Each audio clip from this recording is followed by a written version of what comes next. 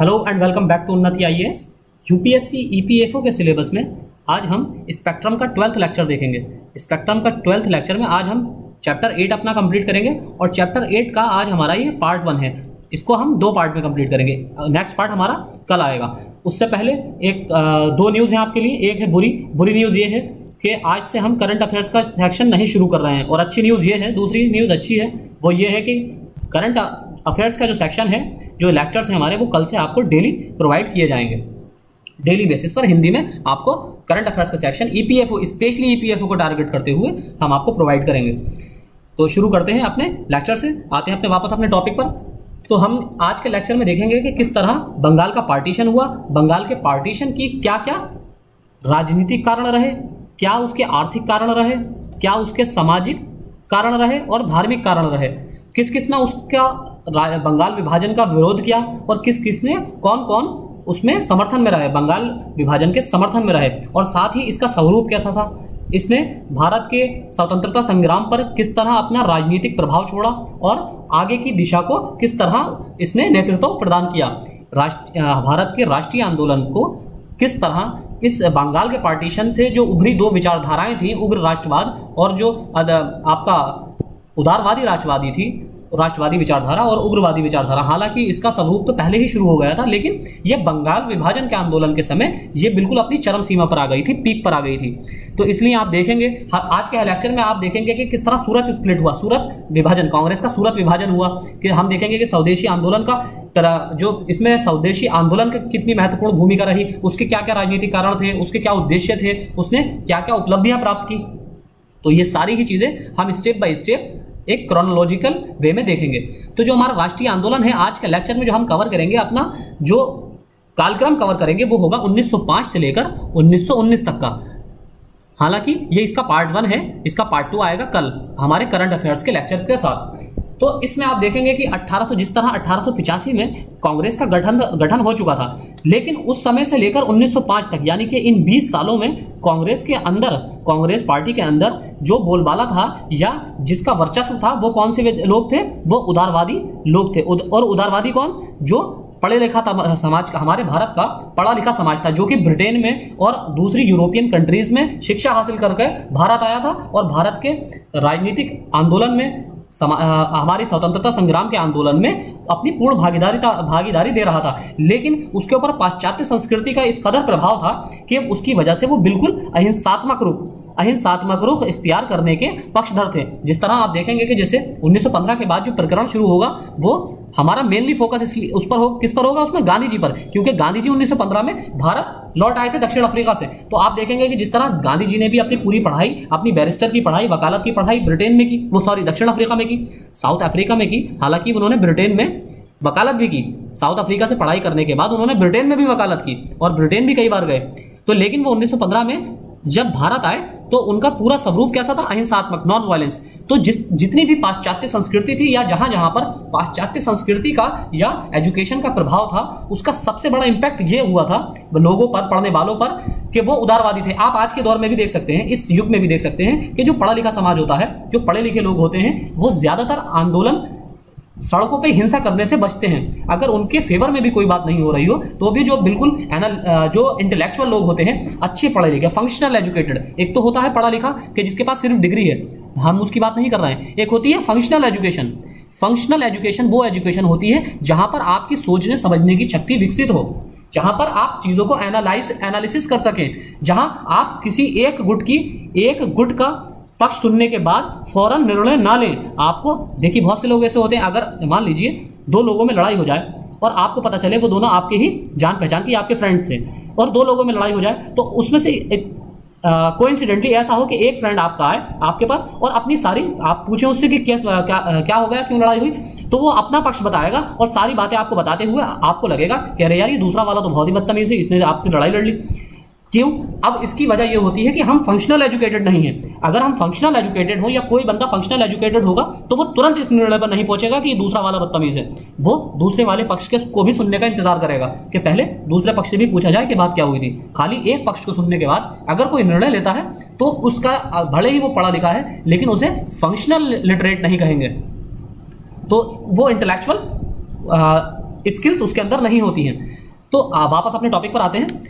तो इस तरह जो पढ़ा लिखा तबका था, उदारवादी तबका था, उसका ज्यादा वर्चस्व था 1885 से लेकर 1905 तक के हमारे कांग्रेस के वजूद में। लेकिन 1905 के बाद धीरे धीरे, हालांकि ये पहले ही शुरू हो गया था, उग्रवादी तबका तो पहले ही इसमें एंटर होना शुरू हो गए थे, लेकिन अच्छी पकड़ जो उग्रवादियों की शुरू हुई वो 1905 के समय इसमें कांग्रेस के अंदर भरपूर मात्रा में या भरपूर संख्या में उग्रवादी लोग भी थे, जैसे जिनमें प्रमुख है लाला लाजपत राय। आपके जितने भी आपको ये नाम याद रखने हैं लाला लाजपत राय इत्यादि का, जैसे विपिन चंद्र पाल, जिसे जिनको लाल बाल पाल कहा जाता है शॉर्ट में, लाल बाल और पाल, लाल से लाला लाजपत राय, बाल से बाल गंगाधर तिलक और पाल से विपिन चंद्र पॉल। ये आपको नाम याद रखने हैं क्योंकि यूपीएससी पूछ लेती है कि निम्नलिखित में से कौन सा उग्रवादी विचारधारा से संबंधित था या उग्रवादी विचारधारा से संबंधित नहीं था, कांग्रेस की उग्रवादी विचारधारा से संबंधित था या संबंधित नहीं था।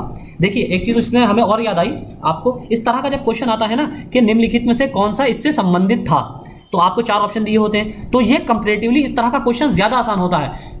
किसके कंपैरिजन में? अगर यह दिया जाए कि निम्नलिखित में से कौन सा उग्रवादी विचारधारा से संबंधित नहीं था, तो नहीं था में जब आ जाएगा तो जब 4 ऑप्शन दिए जाएंगे, हालांकि आपको बिल्कुल सेम लेवल का क्वेश्चन लग रहा होगा, लेकिन इस तरह का क्वेश्चन इस कंपैरेटिवली ज्यादा टफ होता है। क्यों? अगर आपको जब बताना है कि नहीं था तो आपको इन चारों का ही पता होना चाहिए, फिर ऑप्शन में चारों के बारे में ही पता होना चाहिए, और कम से कम 3 के बारे में तो पता ही होना चाहिए। और यहां पर अगर आपको यह पूछा जाएगा कि निम्नलिखित में से कौन सा उग्रवादी विचारधारा से संबंधित था, तो आप इन चारों में से खाली एक जो आपको पता है उग्रवादी विचारधारा वाले का नाम, तो आप फौरन टिक कर देंगे तुरंत। लेकिन यहां पर आप तुरंत टिक नहीं कर सकते, क्योंकि आपको बाकी के 3 भी पता होने चाहिए कि वो किससे संबंधित है, किस विचारधारा से। हो सकता है उसमें से 2 विचारधारा से संबंधित हो और नीचे ऑप्शन में दिया हो 1 और 2, 2 और 3, इस तरह से ऑप्शन।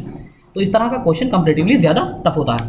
तो 1905 में जब कांग्रेस में उग्रवादी विचारधारा का बोलबाला शुरू हुआ, तो उन्होंने फिर धीरे धीरे अपनी मांगे भी रखना शुरू की। उन्होंने यह तय करना शुरू करा कि कांग्रेस का सेशन कहां आयोजित किया जाएगा। उन्होंने यह भी प्रस्ताव रखना शुरू करे उग्रवादियों ने कि अगला अध्यक्ष कौन होगा। अब तक तो सिर्फ कौन तय करता था?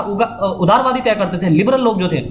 कांग्रेस के अंदर जो लिबरल तबका था, जो पढ़ा लिखा दादा भाई नौरोजी, फिरोज शाह मेहता, बदरुद्दीन तैयब जी, इस तरह के जो लोग थे, पहले ये तय करते थे कि कौन अध्यक्ष बनेगा, कौन कहां पर कांग्रेस का आयोजन गठित होगा। लेकिन जब 1905 का समय आया और 1905 के समय ही में ही जब बंगाल का विभाजन हुआ, तो ये चरम सीमा उग्रवादियों की चरम सीमा पर उग्रवादी चरम सीमा पर आ गए, क्योंकि अब तक तो वो कांग्रेस के अंदर ही रहकर अपनी बातों को रखते थे और उनका मतों के विरुद्ध अपना प्रस्ताव रखते थे। क्योंकि उग्रवादी किसी भी सूरत से, किसी भी तरह से इस पक्ष में नहीं थे कि अंग्रेजों से बातचीत के जरिए समाधान निकाला जाए। वो कहते थे बातचीत कोई नहीं, बस सीधा मारना शुरू करो, इनको निकालो यहाँ से, बातचीतें बहुत हो गई, 100 साल से बातचीत हो रही है, तो बातचीत से कोई हल नहीं निकलेगा, अब इनको मार के भगाओ यहाँ से। लेकिन अब जो उदारवादी थे वो क्या चाहते थे कि बातचीत के जरिए हल निकले, हल्के संवैधानिक सुधार हो। यानी कि इन्होंने डायरेक्ट, कुल मिला के जो उदारवादी थे वो डायरेक्ट स्वतंत्रता के पक्ष में नहीं थे, बल्कि किस पक्ष में थे? संवैधानिक सुधारों के। वो कहते थे कि ज्यादा से ज्यादा राइट्स दिए जाएं, ज्यादा से ज्यादा हमारी मांगों को पूरा करा जाए, ज्यादा से ज्यादा हमें रिप्रेजेंटेशन लेजिस्लेटिव में दिया जाए, हमें जो आपकी विधानसभा है, विधानसभा में, केंद्रीय विधानसभा में हमें ज्यादा से ज्यादा इंडियंस को क्या दिया जाए? रिप्रेजेंटेशन दिया जाए, प्रतिनिधित्व करने का मौका दिया जाए, ज्यादा से ज्यादा हमें नौकरियां दी जाएं। तो इनका मानना यह था उदारवादियों का, जैसे ज्यादा से ज्यादा हम हल्के डिमांड रखेंगे संवैधानिक सुधारों की, तो एक समय ऐसा आएगा कि ऑटोमेटिकली ही हम स्वतंत्रता प्राप्ति की तरफ पहुंच जाएंगे। तो लेकिन उग्रवादी ये मानते थे, जो एक्सट्रीमिज्म विचारधारा वाले लोग थे, उनका मानना यह था कि इस धीरे धीरे वाली से कुछ नहीं होगा, धीरे धीरे तो 100 साल हो गए, अब फिर 100-200 साल और हो जाएंगे धीरे धीरे करने के चक्कर में, अब सिर्फ पिटाई और डंडा ही इनका हल है। तो उन्होंने यही रास्ता अपनाया। अब उन्होंने धीरे धीरे क्या किया, लेकिन इस चीज का फायदा अंग्रेजों ने भी उठाया, और जो इसके समर्थन में नहीं थे, बंगाल विभाजन के समर्थन में नहीं थे, जो बंगाल विभाजन के समर्थन में थे, उन लोगों को भी इसका फायदा मिला। तो बंगाल विभाजन की जो पृष्ठभूमि थी वो उग्रवाद या अतिवाद राजनीति का उदय का कारण थी। फिर 1890 के पश्चात भारत में उग्र राष्ट्रवाद का उदय हुआ और 1905 तक आते आते उसने पूर्ण स्वरूप धारण कर लिया। जैसे कि हमने आपको बताया कि उग्र राष्ट्रवादी तो कांग्रेस के अंदर पहले ही हल्के आना शुरू हो गए थे, जैसे लाला लाजपत राय आ गए थे, बाल गंगाधर तिलक आ गए थे। लेकिन अब जहां पर मान लीजिए 500 लोग हैं किसी गठबंधन के अंदर और वहां 10 लोग किसी ऐसे हो जो उग्रवादी टाइप के हो, एक्सट्रीमिज्म टाइप के हो, तो उनकी नहीं सुनी जाएगी। और हो सकता है अगर वो ज्यादा डिमांड रखे तो उन्हें निकाल भी दिया जाएगा गठबंधन से। तो उन्होंने वेट किया अपनी संख्या के बढ़ने का या अपनी जैसी विचारधारा वाले लोगों के आने का, कांग्रेस में वेट किया। तो हल्के हल्के 10-15 सालों में जब उनकी अच्छी भरपूर मात्रा हो गई, भरपूर संख्या कांग्रेस के अंदर हो गई, तब उन्होंने धीरे धीरे फिर अपनी मांगे रखना शुरू की। तो अब इसमें 1905 तक आते आते जब इसने अपना पूर्ण स्वरूप धारण कर लिया, तो इसमें पहला होता है अंग्रेजी राज्य के सही स्वरूप की पहचान।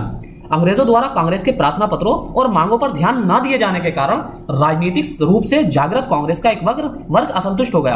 अब क्योंकि देखिए उदारवादी क्या करते थे कांग्रेस को, जैसे आप देखते होंगे आप यूपी में अक्सर देखते होंगे कुछ यूट्यूब चैनल्स पर कि सरकार को ज्ञापन दिए जाते हैं। किस चीज के लिए? कि कहीं पर टीके की व्यवस्था ठीक नहीं है तो इसके लिए सरकार को ज्ञापन दिया जा रहा है। तो कहीं पर नौकरियों की दिक्कत है तो सरकार को, कोई युवा मंच है यूपी में, वो सरकार को ज्ञापन दे रहा है। इस तरह के कई युवा संगठन हैं जो सरकार को ज्ञापन दे रहे हैं, अपनी अहिंसात्मक तरीके से अपनी मांगों को रख रहे हैं, धरना प्रदर्शन कर रहे हैं। तो यही तरीका उदारवादियों का था।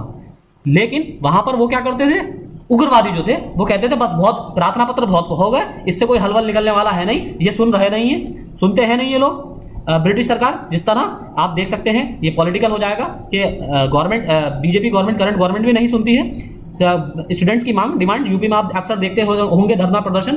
क्यों? उसकी वजह यही है कि वो धरना प्रदर्शन क्यों करता है इंसान, जब उसकी डिमांड पूरी ना हो। तो यही हाल उदारवादियों के टाइम में था कि उनकी डिमांड तो पूरी होती नहीं थी, लेकिन फिर भी वो धरना प्रदर्शन तक नहीं करते थे। तो वो सिर्फ ज्ञापन देते थे कि अपनी मांगों को रखने के लिए। तो उग्रवादियों का यह मानना था कि ज्ञापन बहुत हो गए, अब इनके पास सीधा बम भेजो, ये पर्चे वर्चे जाने से पूरे हल नहीं निकलेगा, अब पर्चों में बम रख के भेजो। जब साथ में फटेंगे पर्चे के साथ जब ये लोग फटेंगे तभी इनका ध्यान, इनके कान खुलेंगे हमारी तरफ। तो ये इनका सबसे बड़ा मकसद था। फिर दूसरा इनका आत्मविश्वास तथा आत्मसम्मान में वृद्धि। जैसे राष्ट्रवादियों के प्रयास से भारतीयों में आत्मविश्वास और आत्मसम्मान में वृद्धि हुई। जैसे कि अब आप देख सकते हैं ज्यादातर जो पॉपुलेशन होती है वो किस तरह की होती है, इलिटरेट होती है या फिर उनको एनालिटिकल समझ नहीं होती है, उनके अंदर दूरदृष्टिता नहीं होती है। अब जैसे कहीं भीड़ लग जाए किसी एक आप धर्म को ले लीजिए, किसी एक धर्म के मानने वालों की अपनी डिमांड्स को पूरा करने के लिए भीड़ लग जाए, तो उसमें से 100 लोग ऐसे होंगे जो अपनी मांग को बहुत आसानी से, बहुत आराम से, बहुत पोलाइटली रखेंगे सरकार के सामने या प्रशासन के सामने। लेकिन अगर वो 10,000 की भीड़ है, 10,000 की भीड़ में बाकी 9900 लोग ऐसे होंगे, 9,900 लोग ऐसे होंगे कहेंगे नहीं बस टूट पड़ो, प्रशासन पर मारो। तो बाकी की जो पीछे भीड़ होगी ना, जो इनडायरेक्टली सपोर्ट कर रही होगी, वो भी कहेगी हाँ हाँ मारो मारो मारो। पीछे से जो नारे लगाते हैं ना, हाँ हाँ नहीं छोड़ेंगे नहीं छोड़ेंगे, तो ये इस टाइप के लोग जो थे वो साथ में मिलने लगे उग्रवादियों के, क्या हाँ हाँ ये जो है सही कर रहे हैं। अब उनका एकदम से अचानक उनका सेल्फ कॉन्फिडेंस बढ़ने लगा कि हाँ अब इनको मार के निकालो, अब हम ऊब तो चुके हैं इनसे, इन्होंने दमनकारी नीति अपनाई है, बहुत ज्यादा शोषण किया है, आर्थिक रूप से भारत का बहुत शोषण किया है, यहाँ के लोगों का बहुत शोषण किया था उन्होंने, श्रमिक के तौर पर बहुत शोषण किया गया था, श्रमिकों का बहुत शोषण किया गया था, काम के घंटे ज्यादा थे, तो हर तरह से भारतीयों को शोषण किया गया था, इसलिए सब लोग ज्यादा हताश हो चुके थे। फिर है शिक्षा का विकास। शिक्षा के व्यापक प्रसार से जहां एक और भारतीय तेजी से शिक्षित होने लगे तथा उनमें जागृति आई, तो इस वजह से भी थोड़ा उनमें इंटेलेक्चुअल एबिलिटी डेवलप हुई। फिर है चौथा अंतरराष्ट्रीय घटनाओं का प्रभाव। अब 1896 में इथोपिया द्वारा, इथोपिया कहाँ है? इथोपिया आपकी अफ्रीकन कंट्रीज है, अफ्रीकन कंट्री है। अफ्रीका में इथोपिया में इटली की, जो आप देख सकते हैं कि ईस्टर्न अफ्रीका के ईस्टर्न कोस्ट पर है, जहां जिसे हॉर्न ऑफ अफ्रीका कहा जाता है। Horn of Africa, horn of Africa में इथोपिया, जिबूती भी आते हैं, जो आपका ईस्टर्न कोस्ट पर है, या फिर आप ये कह सकते हैं कि इंडियन ओशियन के वेस्टर्न कोस्ट पर। तो इथोपिया द्वारा इटली की सेनाओं की अपमानजनक पराजय। अब तक तो ये समझा जाता था कि यूरोपियंस को हराया ही नहीं जा सकता, लेकिन 1896 में एक घटना यह हुई कि इथोपिया ने, अफ्रीका की सेना ने इटली को हराया। इसी तरह फिर ब्रिटिश सेना को गंभीर क्षति पहुंचाने वाले बोअर युद्ध 1899 से 1902 में हुआ था, बोअर युद्ध। इसमें और 1905 में जापान द्वारा रूस की पराजय, जापान ने, ये सबसे बड़ी घटना थी जब जापान ने रूस को हराया था। तो पूरे एशिया में खलबली सी मच गई थी कि यूरोपियंस को बिल्कुल हराया ही नहीं जा सकता बल्कि खदेड़ा जा सकता है। तो यही, इसी वजह से लास्ट में जब हम देखते हैं कि वियतनाम वार जो हुआ था सेकंड वर्ल्ड वार के बाद, उसकी भी वजह सबसे बड़ी यही थी कि उनमें जो आत्मविश्वास था उसकी वजह यही थी कि जापान ने रूस को हराया था उस समय, उस 1905 में। तो फिर यह सारी घटनाएं, इसकी बैकग्राउंड हल्के हल्के उग्रवादियों की तैयार होने लगी। बढ़ते हुए पश्चिमीकरण के विरुद्ध प्रतिक्रिया। अब नवीन राष्ट्रवादी नेता जो थे वो पश्चिमीकरण साहित्य के या पश्चिमीकरण एथनिसिटी के विरुद्ध थे। जो उग्रवादी थे वो भारतीय शिक्षा, भारतीय संस्कृति और भारतीय जो हिंदुत्व था उसके समर्थक थे, और जो उदारवादी थे, क्योंकि उदारवादी पढ़कर ही ब्रिटेन में, यूरोपियन कंट्रीज में आए थे, स्पेशली ब्रिटेन में या साउथ अफ्रीका में, तो उनकी विचारधारा जो थी वो विचारधारा एक तो नॉन वायलेंस पर थी। क्यों? क्योंकि उनको सिखाया इस तरह का जाता था कि एक जेंटलमैन टाइप का, जैसे कि आपको पता होगा, आपने लगान अगर देखी होगी तो उसमें भी आपको बताया गया है, और आप अगर एनसीईआरटी भी पढ़ेंगे तो जो बैट्समैन होते, जो क्रिकेट में बैट्समैन होता है, जो बैटिंग करता है, तो जैसे आज उसको बैट्समैन कहा जाता है, तब उसको जेंटलमैन कहा जाता था। क्यों? कि एक बिल्कुल जेंटलमैन की तरह से उसका बिहेवियर होता था, खामोश खड़ा हुआ, एक बिल्कुल पोलाइटली खेलता हुआ, हल्के से बिल्कुल जैसे कहते हैं नजाकत के साथ प्लेसमेंट करता हुआ, तो इस तरह का जो खेल समझा जाता था। और बॉलर कौन होते थे? बॉलरों को थोड़ा इनके बैट्समैन के कंपेरेटिवली थोड़ा नीचा समझा जाता था। तो ये एक इस चीज के भी, इस एथनिसिटी के भी जो है ये विरुद्ध थे। फिर उदारवादियों की उपलब्धियों से असंतोष। तरुण राष्ट्रवादी कांग्रेस जो थी उसके पहले 15-20 वर्षों की उपलब्धियों से असंतुष्ट नहीं थे, यानी कि जो उग्रवादी थे वो जो 15-20 वर्षों की पहले की उपलब्धि थी, यानी कि 1885 में कांग्रेस के गठन के बाद से 1905 तक का जो उपलब्धियां थी उससे संतुष्ट नहीं थे, क्योंकि कुछ खास कांग्रेस जो है या उदारवादी संगठन जो है, कांग्रेस का उदारवादी तबका जो है वो कुछ खास हासिल नहीं कर पाया था। सातवें वजह ये थी लॉर्ड कर्जन की प्रतिक्रियावादी नीतियां। अब लॉर्ड कर्जन ने भारत में 7 वर्ष का शासन शिष्टमंडल, भूलों और आयोगों, ये आयोगों के लिए जाना जाता है या प्रसिद्ध है। इसमें कई ज्यादा इसमें शिष्टमंडल आए, इसने कई ज्यादा कमियां की, गलतियां की, मिस्टेक्स की, कई सारे आयोग बने, तरह तरह के आयोग बनाए गए। तो इसलिए लॉर्ड कर्जन का कार्यकाल सबसे बुरा कार्यकाल माना जाता है भारतीय शासन में। ब्रिटिशर्स के भारतीय शासन में लॉर्ड कर्जन का कार्यकाल सबसे ज्यादा बुरा, क्योंकि लॉर्ड कर्जन के ही कार्यकाल में क्या हुआ था? बंगाल विभाजन हुआ था। अब इसकी जनमानस पर काफी प्रतिक्रिया हुई और कर्जन ने भारत को एक राष्ट्र मानने से भी इंकार कर दिया, तो इसलिए भी भारतीय बहुत ज्यादा विरोधी हो गए। तो ये कुछ इसमें इस तरह से पार्टीशन किया गया था, जिसमें हिंदू, और आप ग्रीन एरिया देख सकते हैं, ये मुस्लिम्स का है, ये बंगाल की उस टाइम की कंडीशन थी विभाजन से पहले की, लेकिन विभाजन के बाद इसको बिल्कुल बदल दिया गया था। ये पूरी डेमोग्राफी बदल दी गई थी। ये जनांकीय जो संरचना है जो आप देख रहे हैं इस मैप में, ये बिल्कुल बदल दी गई थी। आप देख सकते हैं इसमें हिंदू भी सब जगह है, मुस्लिम भी सब जगह है, कोई भी मतलब आप एक सेक्शन ये नहीं कह सकते कि कोई एक सेक्शन एक जगह सेट है, जहां मतलब सारे ही लोग आसपास एक साथ हैं, तो इन्होंने सबको एक साथ अलग अलग कर दिया। अब जुझारू जो राष्ट्रवादी विचारधारा थी उसमें बंगाल के राजनारायण बोस, अश्वनी कुमार दत्त, अरविंद घोष, बिपिन चंद्र पाल, महाराष्ट्र के विष्णु शास्त्री चिंपलकर, बाल गंगाधर तिलक और पंजाब के लाला लजपत राय प्रमुख थे। ये कौन थे? ये सारे ही उग्रवादी नेता थे। उग्रवादी जिसे एक्सट्रीमिज्म थिंकर कहते हैं। इस उग्रवादी विचारधारा के उत्थान में सबसे अधिक सहयोग तिलक ने दिया, जो बाल गंगाधर तिलक थे। तो बाल गंगाधर तिलक कहाँ के थे? पूना के, यानी कि महाराष्ट्र के, बंबई। उन्होंने अंग्रेजी भाषा में मराठा और मराठी में केसरी, ये हमने आपको पिछले लेक्चर में भी बताया था कि आपको पत्र पत्रिकाएं, उनके लेखक और किस भाषा में है वो ये भी याद रखना है। साथ ही आपको वो पत्र दैनिक था या साप्ताहिक था या मासिक था, ये भी याद रखना है। तो अंग्रेजी भाषा में उन्होंने मराठा निकाली, मराठा जो था वो अंग्रेजी भाषा में था, और केसरी जो था वो मराठी भाषा में था, ये आपको याद रखना है। इसके माध्यम से भारतीयों को जुझारू राष्ट्रवाद की शिक्षा दी। फिर इसके बाद होता है स्वदेशी और बहिष्कार आंदोलन। अब इसका विवाद की वजह क्या थी? स्वदेशी तथा बहिष्कार आंदोलन सरकार द्वारा बंगाल विभाजन के निर्णय के विरोध स्वरूप चलाया गया, और यह बंग भंग का ही प्रतिफल था।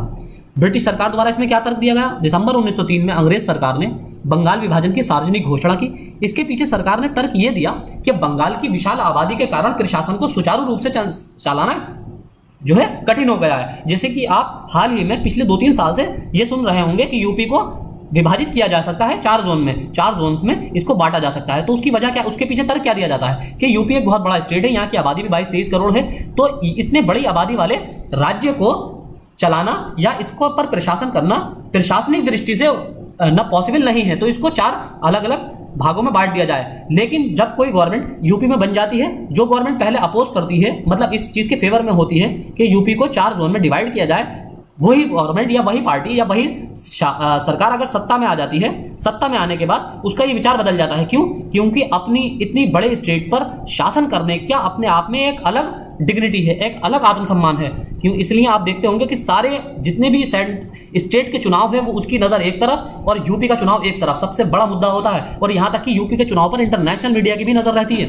इतनी ज्यादा गहरी नजर जो है आपकी अदर स्टेट्स के चुनाव पर नहीं रहती है जितनी यूपी के चुनाव पर रहती है। यूपी के चुनाव को एक तरह से इंडिया का ही चुनाव समझ के देखा जाता है इंटरनेशनल मीडिया द्वारा। तो ये भी वजह रही थी। फिर इसका उद्देश्य, इनका मुख्य उद्देश्य बंगाल को दुर्बल करना था, क्योंकि उस समय बंगाल भारतीय राष्ट्रवाद का प्रमुख केंद्र था। अब क्योंकि सब जगह छितरे हुए थे लोग, सब जगह आपस में मिलजुल कर रह रहे थे, क्योंकि हर जगह मुस्लिम, आपके हिंदू या जो क्रिश्चियन थे सभी जगह थे, ज्यादातर हिंदू और मुस्लिम ही थे, बंगाली हिंदू और बंगाली मुस्लिम, और यहीं पर ही हर तरह का जो था राष्ट्रवादी गतिविधियां हो रही थी। तो इसी सबसे बड़ा मकसद उसका पीछे यही था ब्रिटिश सरकार का, कि इस राष्ट्रवादी विचारधारा को तोड़ने के लिए बंगाल को ही तोड़ दिया जाए प्रशासनिक सुविधा की दृष्टि के आधार पर। अब बंगाल का विभाजन किस आधार पर किया गया? ब्रिटिश सरकार द्वारा किस आधार पर किया गया? अब पहले जैसा आपने मैप देखा, पहला मैप कैसा था बंगाल का? इस तरह का कुछ इस तरह था। लेकिन अब विभाजन के बाद बंगाल का मैप किस तरह हो गया? ये कि साफ बिल्कुल क्लियरली कैटेगराइज कर दिया गया, या क्लियरली डिवाइड कर दिया गया कि ईस्टर्न जो बंगाल था वो उधर मुस्लिम शिफ्ट हो गए, मिडिल जो बंगाल था इधर किसे शिफ्ट कर दिया गया? इन्हें शिफ्ट कर दिया गया यहाँ पर हिंदुओं को। तो इस तरह इसका पूरा पार्टीशन कर दिया गया। और बंगाल जो राज्य था इसके अंदर क्या क्या आता था आपको पता है? बंगाल के अंदर बिहार आता था, बंगाल राज्य के अंदर उड़ीसा आता था, और आज का झारखंड आता था, झारखंड। तो ये सारे 3 राज्य इसी के अंदर आते थे, और इन तीनों को भी अलग अलग कर दिया गया। हालांकि झारखंड बिहार का ही हिस्सा था, बिहार और उड़ीसा को अलग अलग कर दिया गया, और असम आता था, असम को भी अलग कर दिया गया था। अब इसमें 2 कंडीशंस पर इसको डिवाइड किया गया। पहला था भाषा के आधार पर। यह क्वेश्चन पूछा जा चुका है यूपीएससी द्वारा प्री में, आईएएस प्री में यह क्वेश्चन पूछा जा चुका है, और यूपी पीसीएस में भी यह क्वेश्चन एक बार पूछा जा चुका है हाल ही में। भाषा के आधार पर इसमें बंगाली भाषी बंगाल में ही अल्पसंख्यक बन गए, क्योंकि 1,70,00,000 लोग बांग्ला बोलते थे, जबकि हिंदी और उड़िया बोलने वालों की संख्या 3,70,00,000 थी। ये टोटल लोगों में से थी, टोटल लोगों में से। अब धर्म के आधार पर पश्चिम बंगाल हिंदू बहुसंख्यक क्षेत्र था, यानी कि पश्चिम बंगाल जो था ये हिंदू बहुसंख्यक क्षेत्र था, जहां हिंदुओं की कुल संख्या 5,40,00,000 में से 4,20,00,000 थी। यानी कि जो टोटल संख्या थी वो थी 5,40,00,000। 5,40,00,000 में से 4,20,00,000 यहाँ कौन थे? वेस्टर्न बंगाल में हिंदू। अब इधर पूर्वी बंगाल मुस्लिम बहुसंख्यक बना दिया, ये मुस्लिम बहुसंख्यक बना दिया। यहां कितने थे? टोटल आबादी थी, यहां टोटल आबादी थी 3,10,00,000, और इसमें से टोटल आबादी में से मुस्लिम कितने थे? 1,80,00,000। तो यहां ये मुस्लिम बहुल क्षेत्र बना दिया गया। अब इसका बहुत ज्यादा विरोध हुआ, लेकिन कुछ दलों ने इसका समर्थन भी किया। अब विभाजन की उद्घोषणा, ये हमने जो आपको डिवाइड करके बताया है हर हेडिंग वाइज, वो आपको बिल्कुल उसी फॉर्म में याद रखना है, क्योंकि आपसे इसी पर बेस्ड क्वेश्चन पूछे जाएंगे। दिसंबर 1903 में अंग्रेज सरकार ने बंगाल विभाजन की सार्वजनिक घोषणा की। ये क्रोनोलॉजी याद रखिए आप, क्रोनोलॉजी जो है कि कब सार्वजनिक घोषणा हुई, यानी कि ऑफिशियल जो डिक्लेरेशन हुई वो दिसंबर 1903 में हुई। जुलाई 1905 को बंगाल विभाजन की घोषणा कर दी गई, यानी कि 2 साल पहले ही, 1.5 साल पहले घोषणा हो चुकी थी, सार्वजनिक घोषणा। लेकिन जो जुलाई 1905 है, इसको सही मायनों में जुलाई 1905 में इसको बंगाल का विभाजन किया गया, और 16 अक्टूबर 1905 से, यानी कि इसके 3 महीने बाद 16 अक्टूबर 1905 से ये लागू हो गया, यानी कि इंप्लीमेंट कर दिया गया। जैसे कि एक तो होता है किसी, आज आप देखते होंगे कि स्कीम्स गवर्नमेंट ने लॉन्च की, और फिर एक डेट में लॉन्च की, फिर अगली एक डेट होती है जब से इंप्लीमेंट होना शुरू होती है वो। तो इसी तरह कुछ ये था कि बंगाल विभाजन अब घोषित हो गया था ऑफिशियली। अब 16 अक्टूबर 1905 को इसको विधिवत रूप से लागू कर दिया गया, यानी कि पार्टीशन कर दिया गया उसका। अब इसका घटनाक्रम तथा प्रतिक्रिया, 7 अगस्त 1905 को, आप ये सारे घटनाक्रम आपको क्रोनोलॉजी में याद रखने हैं, बिल्कुल रट लेने हैं, यहां से क्वेश्चन जरूर पूछा जाएगा।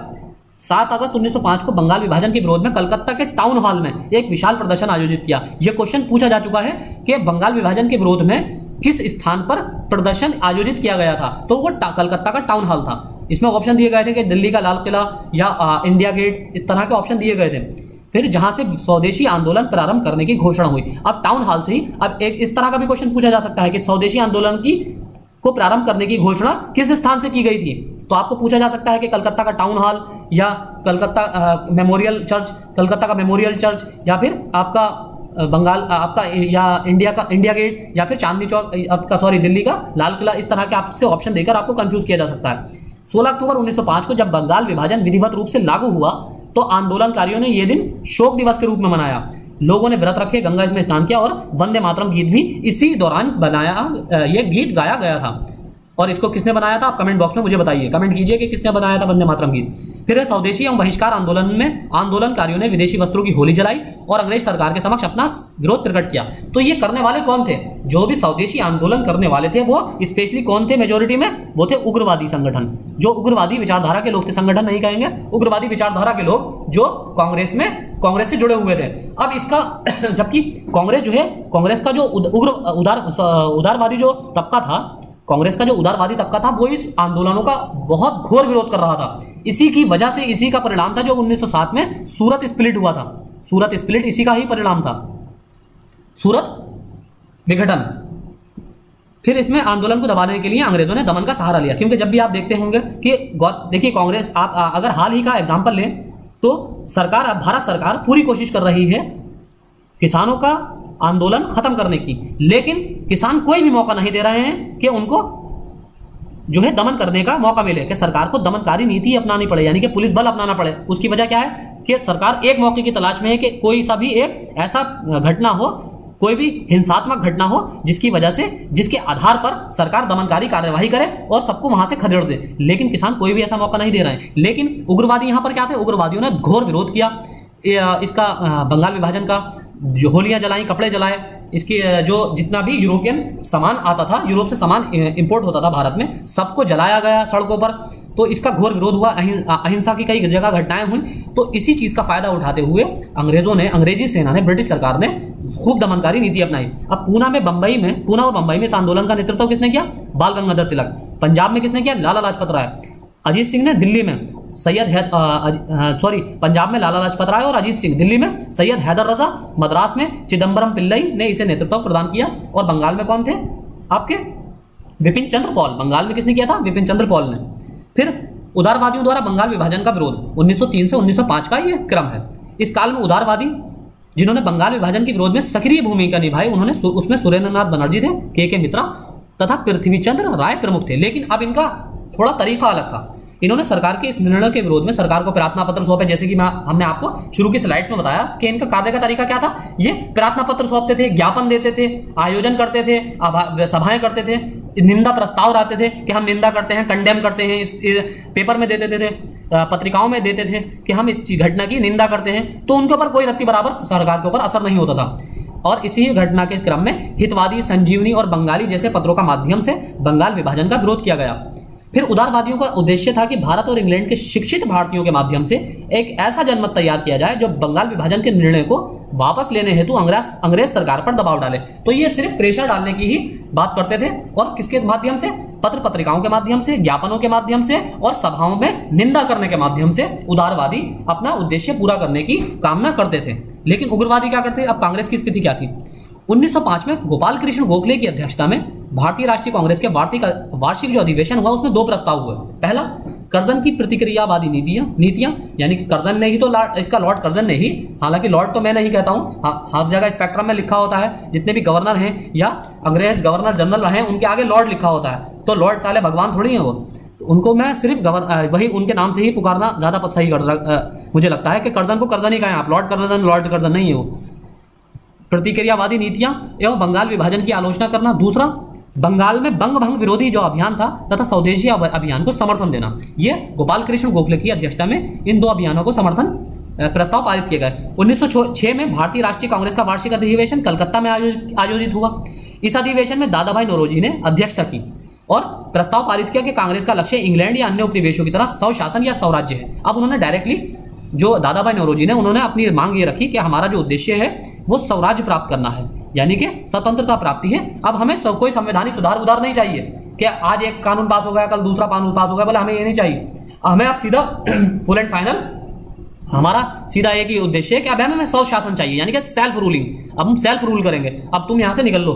फिर धीरे धीरे उदारवादियों और उग्रवादियों में विभिन्न विषयों पर मतभेद निरंतर बढ़ते गए, जिसका चरण परिणति 1907 के सूरत अधिवेशन में हुई। क्यों? लेकिन अब ये उसकी वजह क्या थी कि अब जो उदारवादी थे वो नहीं चाहते थे इस तरह का स्वशासन या स्वराज्य, वो ये चाहते थे कि हल्के हल्के संवैधानिक सुधार हो। उनका मानना यह था, उदारवादियों का, स्पेशली उदारवादियों का मानना यह था कि अंग्रेज जो गवर्नमेंट चला रहे हैं वो गवर्नमेंट बहुत अच्छी तरह चला रहे हैं, उनका एडमिनिस्ट्रेशन कंट्रोल अच्छा है, एडमिनिस्ट्रेटिव कंट्रोल। इस तरह का कंट्रोल अचानक अगर भारतीयों को दे दिया जाए तो भारतीय इस लायक नहीं है, इतने योग्य नहीं है कि इस तरह का कंट्रोल अपने आप एकदम अचानक कर लें। लेकिन उदारवादियों का यह मानना था, लेकिन उग्रवादी इस चीज के विरुद्ध थे। तो इसी वजह से अब बिल्कुल चरम सीमा आ गई थी टूटने की, कांग्रेस के दो भागों में बंटने की जो है समय आ चुका था। फिर उग्रवादियों ने राष्ट्रीय भारतीय स्वतंत्रता संघर्ष के निम्न तरीके अपनाए। पहला, विदेशी वस्तुओं का बहिष्कार किया, जनसभाएं और विरोध प्रदर्शन किया, स्वयं सेवी संगठनों और समितियों का गठन किया, परंपरागत एवं लोकप्रिय उत्सवों को जुझारू राष्ट्रवादी भावनाओं के प्रसार में उपयोग किया। अब देखिए इसका एक नुकसान भी हुआ, जो लोकप्रिय उत्सव थे और जुझारू राष्ट्रवादी थी, जैसे कि अब उत्सवों में क्या था, होली, अब दिवाली, इसका बड़े पैमाने पर उत्सव मनाया गया। पहले ये होता था कि जो हमारे भारतीय स्वतंत्रता संग्राम के जो नेता थे, चाहे वो उग्रवादी हों या उदारवादी हों, वो जब भी अपने त्यौहार आते थे तो उस त्यौहार में इस चीज का ध्यान रखा जाता था कि किसी भी धर्म की धार्मिक भावनाओं को ठेस ना पहुंचे, जैसे कि मुसलमानों की धार्मिक भावनाओं को ठेस ना पहुंचे, जुलूस ऐसे स्थानों से ना निकाले जाएं और इस तरह की नारेबाजी ना की जाए जिससे मुसलमानों की धार्मिक भावनाओं पर ठेस पहुंचे। लेकिन अब उग्रवादियों ने इसका भरपूर इस तरह निकालना शुरू कर दिए कि नारेबाजी भी की, लेकिन हालांकि इनकी मंशा ये नहीं थी कि मुसलमानों की धार्मिक भावनाओं को ठेस पहुंचाया जाए, बल्कि उनकी मंशा ये थी कि अंग्रेजों को ये दिखाया जाए कि अब रूल जो करेंगे वो इंडियन ही करेंगे और इंडियंस की ही, हमारा ही एथनिसिटी, इंडियन कल्चर का ही यहाँ बोलबाला होगा, ना कि पाश्चात्य संस्कृति का। फिर है आत्मविश्वास, क्योंकि अब तक जो जुलूस निकलते थे बड़े पैमाने पर वो क्रिश्चियनों के, ईसाइयों की सभाओं के ही जुलूस निकाले जाते थे। आत्मविश्वास या आत्मशक्ति की भावना पर बल देना, स्वदेशी या राष्ट्रीय शिक्षा कार्यक्रम जिसमें साहित्यिक, वैज्ञानिक और तकनीकी शिक्षा को संगठित करने हेतु 15 अगस्त 1906 को नेशनल काउंसिल ऑफ एजुकेशन की स्थापना की गई, जिसके उद्देश्य में राष्ट्रीय दृष्टिकोण विकसित किया जा सके। फिर है अगला, स्वदेशी और भारतीय उद्योगों को प्रोत्साहन दिया गया, सांस्कृतिक जगत का प्रभाव बढ़ाया गया इसमें। फिर आंदोलन का सामाजिक आधार, जो स्वदेशी और बहिष्कार आंदोलन था, इसका सामाजिक आधार क्या था? स्वदेशी और बहिष्कार आंदोलन के कारण बड़ी संख्या में छात्रों ने राष्ट्रीय आंदोलन में हिस्सा लेना शुरू किया। स्वदेशी एवं बहिष्कार आंदोलन का महत्वपूर्ण प्रभाव यह हुआ कि घर की चार दीवारी में केंद्रित महिलाएं, विशेषकर शहरी क्षेत्रों की मध्यवर्गीय महिलाओं ने राष्ट्रीय आंदोलन में सक्रिय रूप से भाग लेना प्रारंभ कर दिया। स्वदेशी एवं बहिष्कार आंदोलन के द्वारा अनेक मुस्लिम नेताओं ने राष्ट्रीय आंदोलन में हिस्सा लिया। इनमें बैरिस्टर अब्दुल रसूल, बैरिस्टर कहते हैं वकील को, लियाकत हुसैन, गजनवी, मौलाना आजाद के नाम उल्लेखनीय हैं। किंतु उच्च वर्ग एवं मध्य वर्ग के अधिकांश मुस्लिम नेता या तो आंदोलन से दूर रहे या उन्होंने बंगाल विभाजन का समर्थन किया, जिसमें आगा खां प्रमुख थे। आगा खां का आपने नाम सुना होगा, इन्होंने ही मुस्लिम लीग का गठन किया था बाद में। फिर है ढाका के नवाब सलीमुल्लाह ने बंगाल विभाजन का समर्थन किया और घोषित किया कि इससे उन्हें मुस्लिम आबादी बहुल पूर्वी बंगाल का नया राज्य प्राप्त होगा। जैसे कि आपको पता ही, हमने अभी आपको मैप दिखाया था जिसमें हमने देखा था कि जो पूर्वी बंगाल था उसमें मुस्लिम बहुसंख्यक कर दिए गए थे और जो पश्चिमी बंगाल था उसमें हिंदू बहुसंख्यक कर दिए गए थे। इस प्रकार स्वदेशी बहिष्कार आंदोलन का सामाजिक आधार ज्यादा व्यापक नहीं हो सका। उसकी वजह क्या थी? उसकी वजह यही थी कि ये जो आपका आंदोलन का जो विस्तार था वो सिर्फ मध्य और उच्च शिक्षा वर्ग में था, उच्च वर्ग में था, जो शिक्षित थे, पढ़े लिखे वर्ग में था और साथ ही पैसे वाले वर्ग में था।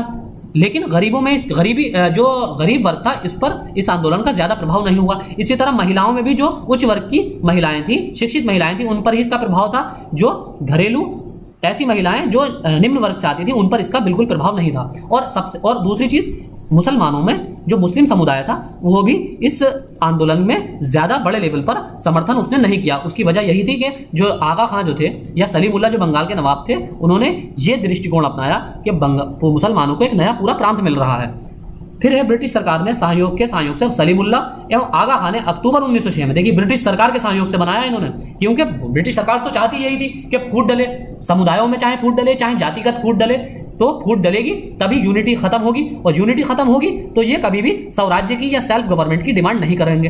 अगर यूनिटी होगी, अगर इसमें जातिगत भेदभाव खत्म हो जाए, धार्मिक रिलीजियस भेदभाव खत्म हो जाए, डिस्क्रिमिनेशन खत्म हो जाए और एक दूसरे के प्रति पेशेंस आए, इनमें एक दूसरे के प्रति सहयोग की भावना पैदा हो, तो फिर ये एक दिन ऐसा आएगा कि ये यूनिफाइड हो जाएंगे और फिर से हमसे स्वराज्य की मांग करेंगे। तो इस वजह से ब्रिटिश सरकार के सहयोग से सलीमुल्लाह ने और आगा खां ने अक्टूबर 1906 में मुस्लिम लीग का गठन किया, जिसका प्रयोग अंग्रेजों ने स्वदेशियों बहिष्कार आंदोलन को विफल करने में किया। देखिए इसका वही प्रयोग किया उन्होंने। फिर होता है बंगाल विभाजन रद्द। क्रांतिकारी आतंकवाद के उभरने के भय से, इसके डर से 1911 में बंगाल विभाजन को रद्द कर दिया गया। किंतु बंगाल विभाजन रद्द होने से मुसलमानों को काफी चोट लगी। क्यों? उसकी वजह यही थी कि जो पार्टीशन में मुसलमानों को जो पूरा स्टेट मिला था वो अब खत्म हो गया।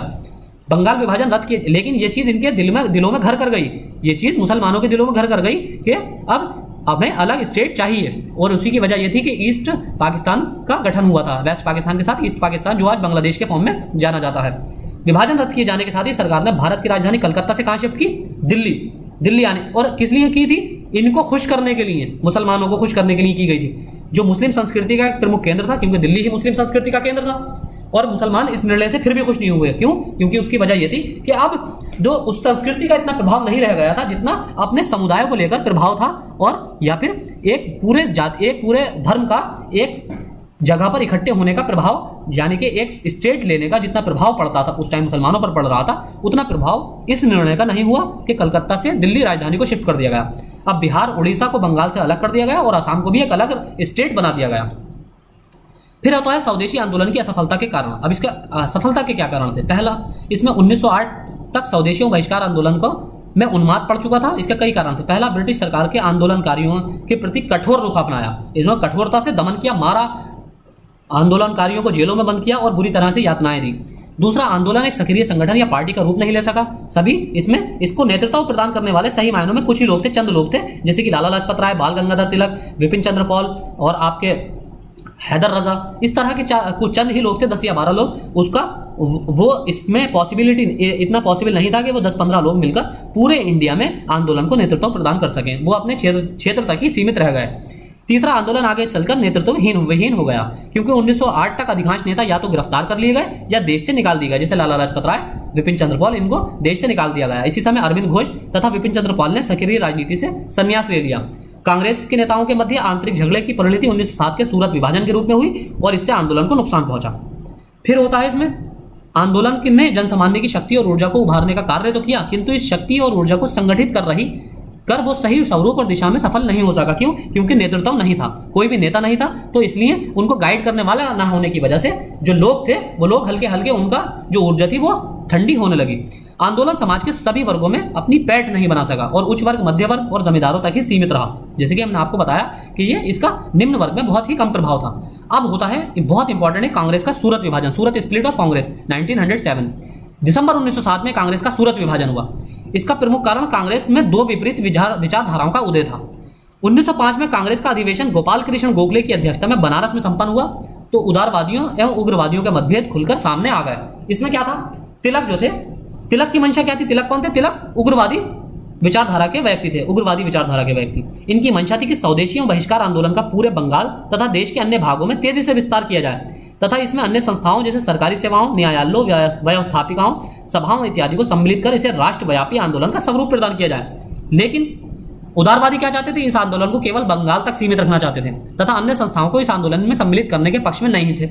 अब दूसरा, उग्रवादी चाहते थे कि बनारस अधिवेशन में उनके प्रस्ताव को सर्वसम्मति से स्वीकार किया जाए, जबकि उदारवादियों का मत था कि बंगाल विभाजन का विरोध संवैधानिक तरीके से किया जाए। वही संविधान का विरोध होते थे और उन्होंने ब्रिटिश सरकार के साथ असहयोग करने की नीति का समर्थन नहीं किया। यानी कि वो चाहते थे कि ब्रिटिश सरकार ही सहयोग करे और संवैधानिक सुधार धीरे धीरे करे और उसके बाद हमें स्वतंत्रता प्राप्ति तो बाद में प्राप्त होगी, पहले संवैधानिक सुधार हो जाए, पहले हमें राइट्स मिले, अधिकार मिले।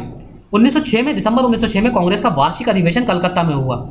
इस अधिवेशन में उग्रवादी जो थे वो बाल गंगाधर तिलक या लाला लाजपत राय, इन दोनों में से एक को अध्यक्ष बनाना चाहते थे, जबकि नरमपंथी जो थे, उदारवादी क्या चाहते थे? उदारवादी रास बिहारी घोष का नाम इन्होंने प्रस्तावित किया, वो रास बिहारी घोष को अध्यक्ष बनाना चाहते थे। लेकिन ना तो बाल गंगाधर तिलक और लाला लाजपत राय में से कोई अध्यक्ष बना, ना ही रास बिहारी घोष बने। तो क्या हुआ? दादा भाई नौरोजी को अधिवेशन का अध्यक्ष चुना गया 1906 में। अब इसमें इस वजह से उग्रवादियों के दिल में और ज्यादा नाराजगी बढ़ गई। अब इसका ऐसा होता है, दूसरी